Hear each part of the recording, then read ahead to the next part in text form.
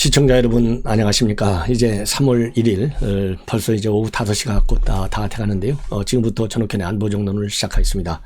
여러분들 잘 아시다시피 3.1절은요 정말 어느 누구도 이 정치적으로, 그러니까 정치 이념적으로 국민을 갈라치게 하는 그런 시각을 가져서는 안 된다는 건 뭐 기본이 아니겠어요. 그게 그야말로 상식이 아니겠습니까. 근데 이제 문재인 대통령이 말이죠, 오늘 3.1절 기념사가 지금 많은 파장을 지금 이야기하고 있어요. 이게 5년 내내 해온 버릇 그거 어디로 가겠습니까? 5년 내내 문재인의 가장 큰 장기가 뭐겠어요? 국민을 좌우 이념에 따라서 분리하는, 분열시키는 거. 이게 문재인 대통령의 꿈에도 소원이 분열 정치예요. 그 분열 정치의 막장극이 오늘 이 3.1절 기념사에서 나왔다, 이렇게 판단이 됩니다. 자, 그래서요, 결정적 이유는 바로 이 민주정부, 이 민주주의, 이런 단어를, 민주주의라는 단어를 오늘 3.1 기념사에서 무려 20번 가까이 썼는데, 첫 민주정부가 어떤 정부냐? 김대중 정부다, 이런 얘기를 했어요. 이제 문화 개방 얘기를 하면서 이 김대중 정부가 첫 민주정부다. 그러니까 민주당 계통의 정부만이 민주정부다, 이렇게 해서 지금 국민을 또다시 갈라치기 했다, 많은 비판이 야기되고 있어요. 여러분들 아시다시피 첫 민간인 대통령이 누굽니까? 김영삼 대통령이에요. 그러면 우리가 아주 단순화시켜서 보면 대한민국 민주주의 발전의 과정을 보면 이 삼김씨 역할이 크다, 이런 얘기를 하잖아요. 그러면 그중에 맨 먼저 직선 첫 민간인 대통령이 김영삼, 그리고 첫 직선 대통령은 노태우 대통령이에요. 자, 그러니까 뭐 흔히들 이 전두환 전 대통령 그러면 좀 더 독재 정치 좀 심한 거 아니야, 이런 얘기를 하지만 그것도 분명히 어쨌든지 간에 논란의 여지가 있어요. 예. 그러나 그냥 뭐 이 학술적인 그다음에 엄중한 무슨 법률적 이런 걸 떠나서 통상적으로 이제 민주정부가 들어섰다 하면 통상적으로 이제 YS 정부부터 많이 얘기하잖아요. 어쨌든 이제 뭐 노태우 대통령도 민주적인 직선에 의해서 선출된 대통령이기 때문에 이제 전두환 대통령은 이 통일주체 국민회의에서 뽑았잖아요. 그렇기 때문에 사실상 민주주의의 시작은 뭐 만족하든 안 하든 또 동의하든 안 하든 노태우 대통령부터 시작된 걸로 봐야 되겠고, 왜냐하면 국민 직선이 말하자면 민주 정치의 첫 단추가 아니겠습니까?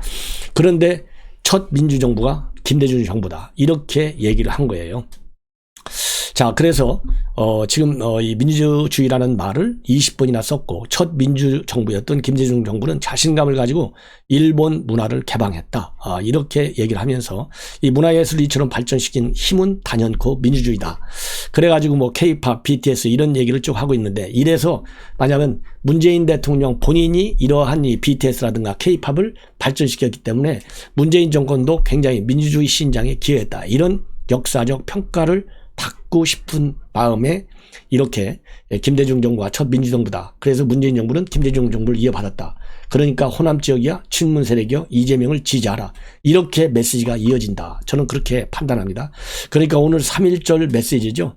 메시지도 이 독립기념이라고 하는 그 취지에 맞지 않게 국민을 내 편 그리고 너희 편 이렇게 가르는, 갈라치기 하는, 분열 정치하는, 그리고 선거 공학적 측면에서만 내다보는 3.1절, 이것이 문제의 초점이 아니겠느냐, 저는 감히 그렇게 평가를 하고 싶고요.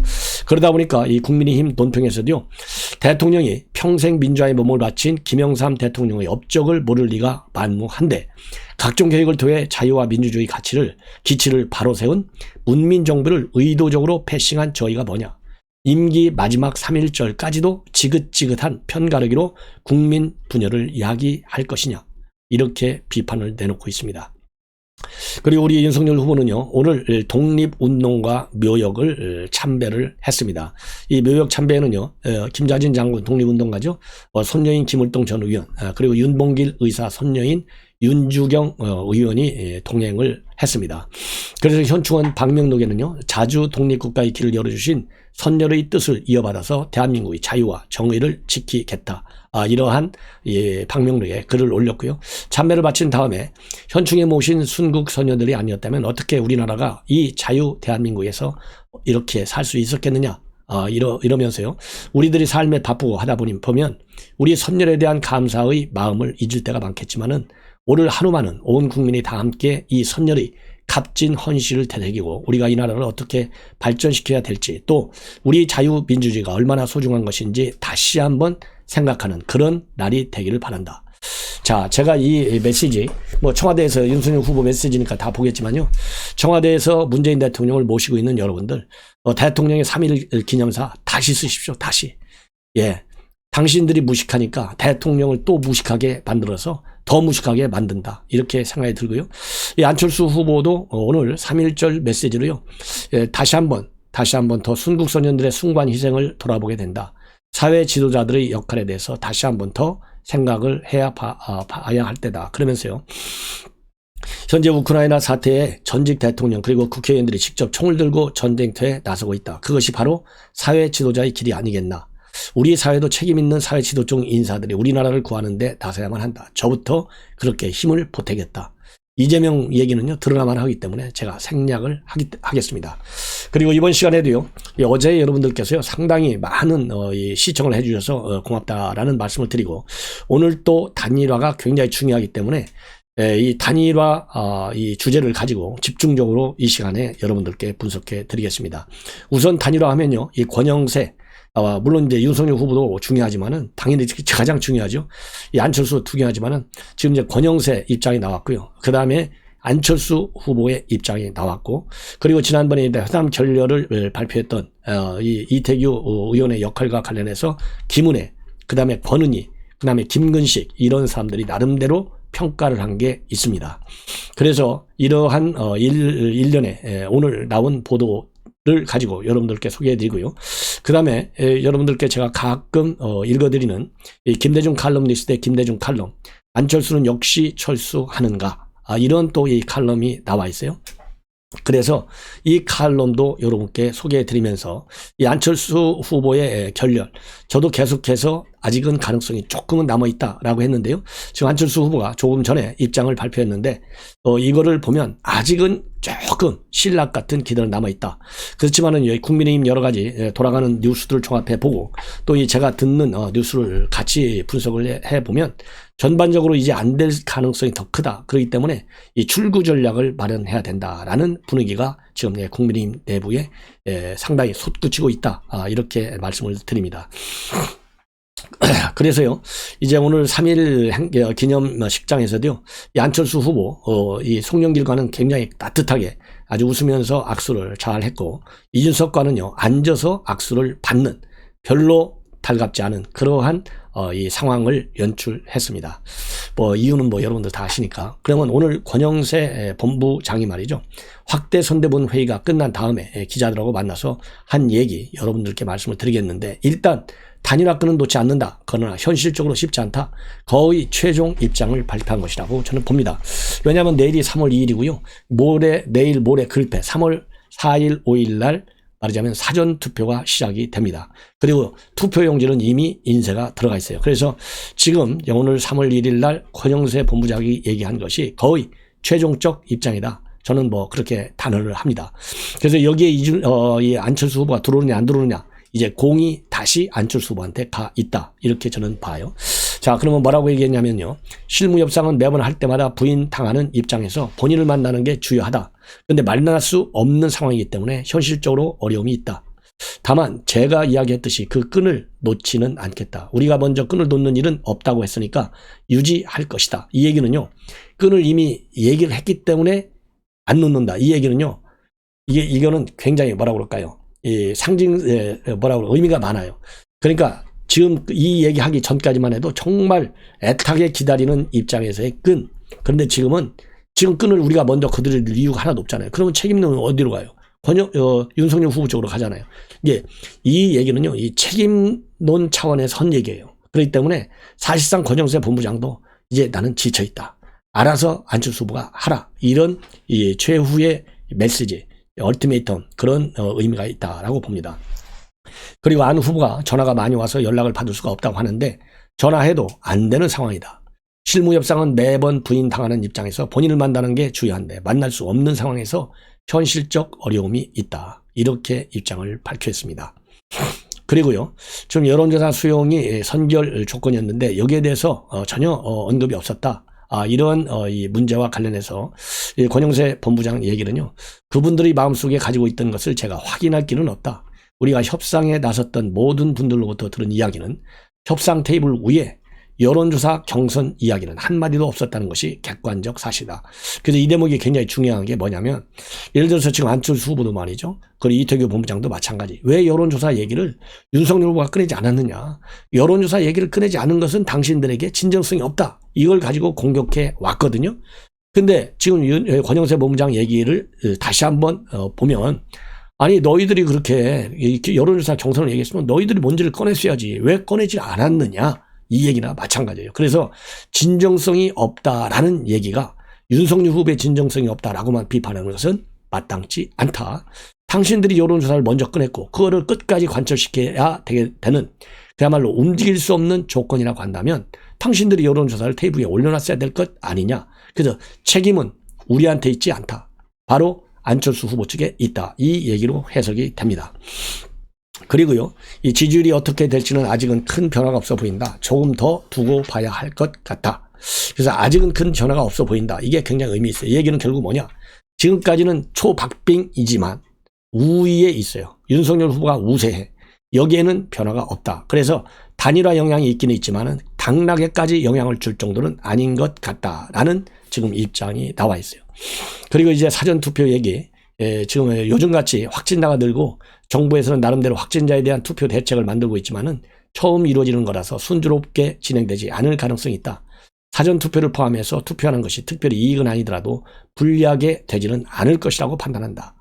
자, 그래서요, 이 사전투표를 적극적으로 해달라. 이런 얘기를 하고 있고, 자, 참고적으로 이 사전투표 문제와 관련해서 이 황교안, 민병호, 그리고, 공병호, 이런 사람들이요, 선관위로부터 고발을 당했어요. 예, 고발을 당했어요. 자, 이런 사람들이요, 이 사전투표 아직도, 왜냐면, 우리 국민의힘에서요, 정당 이름을 걸고, 예, 사전투표를 독려하는 거. 이게 윤석열 후보부터 그렇게 독려하잖아요. 그러면 거기에 동참을 하는 것이 정상적 사고가 아니겠습니까? 사전투표를 통한 부정투표의 요소를 우리 국민의힘이 선대위에 계속 요구하고 언론의 비판 이런 것도 감안해가지고 이 사전투표함 보관소에 CCTV를 설치하는 등 많은 보완 조치를 했다. 이게 국민의힘의 입장이고 그렇게 돼 있는데요. 그럼에도 불구하고 사전투표는 부정투표다. 이래서 이 공병호, 민병욱 그리고 황교안이가 지금 반대 투쟁에 나섰어요. 그래서 선관위에서요, 전부 무더기 고발 조치를 했습니다. 그래서 이제는 우리 시청자 여러분들 조금 불안하지만은, 지금 이 후보인 윤석열 후보도 사전투표하라고 그러잖아요. 안철수도 투표하라고 그러잖아요. 그러니까, 우리 선수가 얘기하는데 믿어야죠. 예, 그래서 사전투표 많이 해 주십사라고 제가 말씀을 드리고 싶고, 그리고 이제 김종인과 안철수와의 이런 접촉, 이 문제와 관련해서 김 박사께서 양식 있는 분이니까 그렇게 가볍게 움직이지는 않을 것이다. 이러한 입장을 내놨는데요. 제가 옛날에도 권영세 본부장이 김종인 위원장이 너무나 지나치게 극단적인 발언할 경우에는 중립을 지켜라. 너무 심하게 나지 말라. 이렇게 쏘아붙인 적이 있어요. 자, 그런데 이 권영세 본부장이 점잖게 얘기했지만 저는 솔직히 김종인 위원장의 막후 그야말로 은밀한 그러한 동정 결코 순진하게 저는 받아들이지 않는다. 이렇게 저는 판단이 됩니다. 그래서요, 이 국민의힘의 지금 분위기를 보면 이거는 이제 동아일보가 분석 보도하고 있는데요. D-8일에 오늘이 D-8일입니다. 3월 1일이니까 결국은 2%포인트 효과밖에 없을 것이다. 단일화 한다고 그래도. 그래서 2%밖에 되지 않을 바에는 차라리 출구 전략을 제대로 딱 써가지고 이제 유권자들이 그야말로 2% 정도 단일화가 안 됐을 경우를 가정해서 더 열심히 뛰어서 유권자를 투표 행태를 통한 그리고 지지 확산을 통한 단일화를 해야 되는 것이 아니겠느냐. 이러한 분위기가 지금 상당히 강하다. 이렇게 지금 이 보도가 나오고 있습니다. 자, 이러한 가운데요. 이 안철수가 오늘 3일 행사, 3.1절 기념식이 끝난 후에 지금 입장을 발표했습니다. 기자들하고 만나가지고. 이게 굉장히 중요한데 지금까지 이 입장을 보면요. 제가 여러분들한테 말씀을 드린 것처럼 아직까지는 뭐라 그럴까요? 안철수 후보가 이 단일화 문제에 대해서 포기하지 않고 있다라고 하는 저의 판단이 좀 맞는 것 같습니다. 그래서 조금 뭐라 그럴까요? 기대를 해 봄직하다라는 말씀을 드리고 싶습니다. 예. 자, 뭐라고 되어 있냐면요. 오늘 기자들한테 얘기한 거를 여러분께 말씀을 드리면, 저는 정치인들끼리 중요한 어잔대에 대해서 논의를 하자고 한다면 어떤 정치인이든지 만날 용의가 있다. 제가 3주 전에 야권 단일 후보를 뽑자고 제안을 했는데 그동안의 가타부터 어떠한 답변도 듣지 못했다. 그러다 사흘 전에 연락이 왔다. 그래서 어떤 이야기를 하는지 저희 의원이 들어보러 갔다. 제가 기대하기로는 그동안 그 3주 동안에 왜 아무런 대답이 없었는지, 그리고 제가 제안을 했었던 국민 경선에 대해서 어떻게 생각하는지 그 답을 들을 줄 알았다. 그런데 거기에 대해서는 어떠한 답도 하지 않았고, 그래서 거기에 대해서 진정성을 느낄 수가 없었다라고 지금 밝히고 있습니다. 그리고 최근 유세에서 이 정권 교체라는 말이 안 보인다, 이런 보도가 많은데 아직도 이 정권 교체라는 대의에는 공감을 하고 있느냐, 이렇게 이 언론인들이 질문하니까요. 안철수 후보의 대답이, 저는 현재 대한민국이 정말로 위기 상황이라고 생각하는데 지금 정부의 잘못에 대해서 따져야 된다. 그것이 바로 많은 국민들의 정권 교체 열망이 아니겠나. 그렇게 해서 정치가 발전한다고 생각을 한다. 이렇게 밝혔습니다.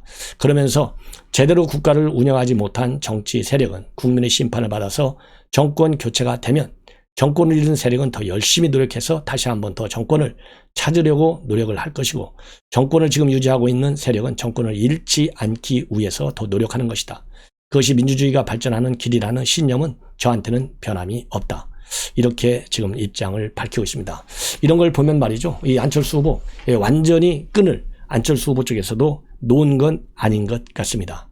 그러면서요, 이 안철수 후보는 국민의힘에서 여론조사 경선 방식에 대해서 협상 테이블에 올라온 적이 없다고 반박하고 있는데, 여기에 대해서는 어떻게 된 거냐 물어보니까요, 제가 3주 전에 전 국민 앞에서 제안을 했지 않았느냐. 저는 정당한 이 과정을 거쳐서 야권 단일 후보가 뽑혀지면 그것이 모든 지지자들을 다 결집시키는 굉장히 좋은 방법이라고 생각했다.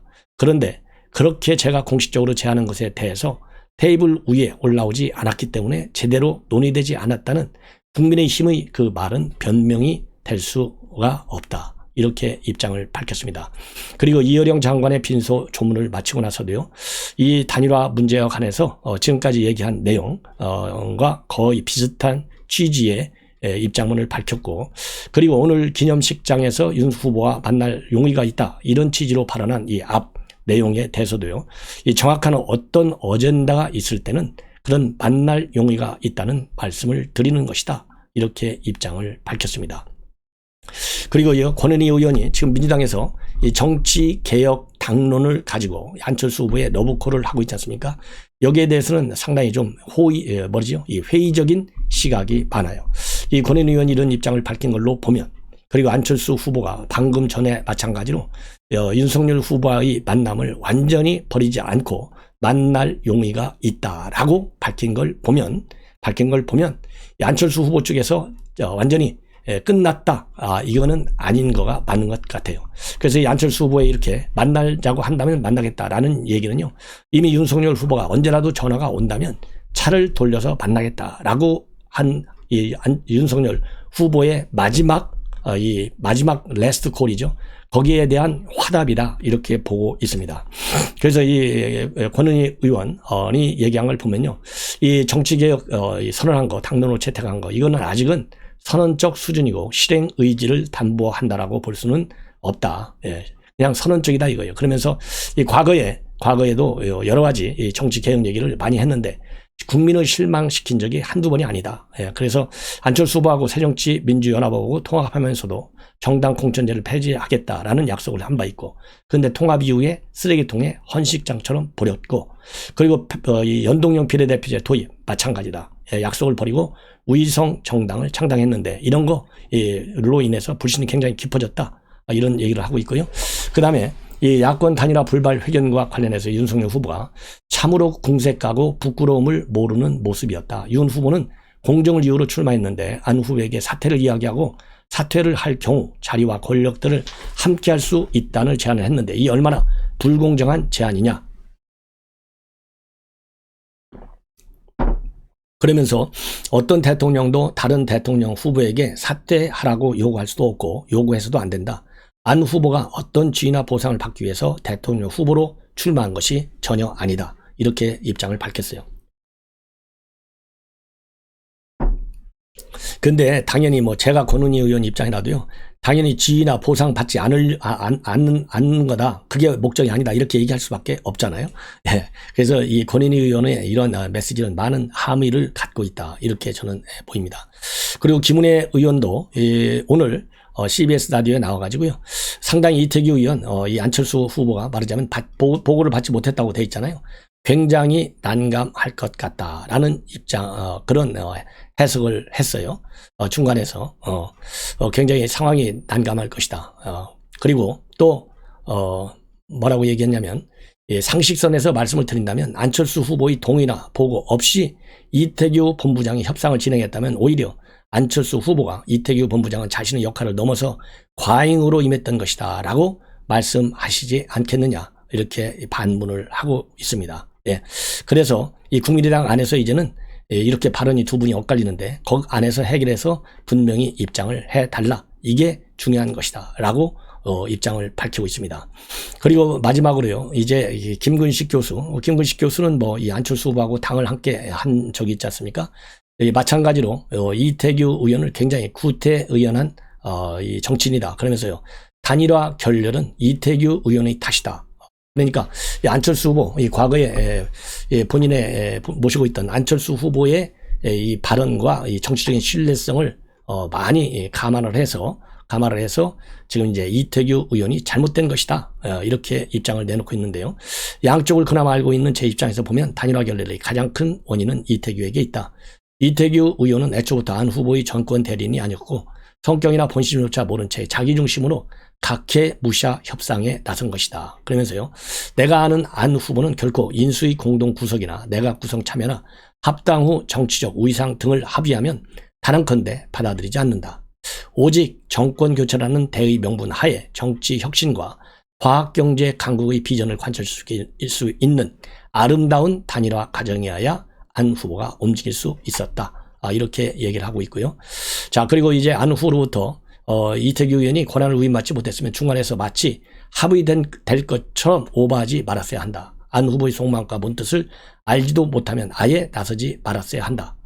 자, 이렇게까지 얘기를 하고 있어요. 이걸 보면 제가 보기에는 그렇다고요. 이태규 의원이 이렇게 지금 김근식 교수가 얘기한 대로 안철수 후보하고 교감 없이 혼자 말하고 이렇게 엄중한 어젠다를 가지고 했겠느냐? 저는 절대 그렇지 않다. 그래서요. 제가 보기에는 안철수 후보와 이태규 의원 사이에 뭔가 오해가 있지 않을까 하는 생각이 들고요. 이제 정치적인 어떤 이 후폭풍을 조금 더 잘 다루기 위해서 누군가가 하나가 야격을 담당하는 그런 상황으로 지금 빠지고 있는 것이 아닌가 이렇게 생각이 듭니다. 자, 시간 관계상 이렇게 해서요 하고 그다음에 김대중 칼럼은요 별도로 제가 자세하게 여러분들께 보도해 드리도록 하겠습니다. 대단히 고맙습니다. 그리고 여러분들 건강 조심하셔야 되겠어요. 저도 좀 감기가 좀 걸린 것 같습니다. 컨디션이 굉장히 안 좋네요.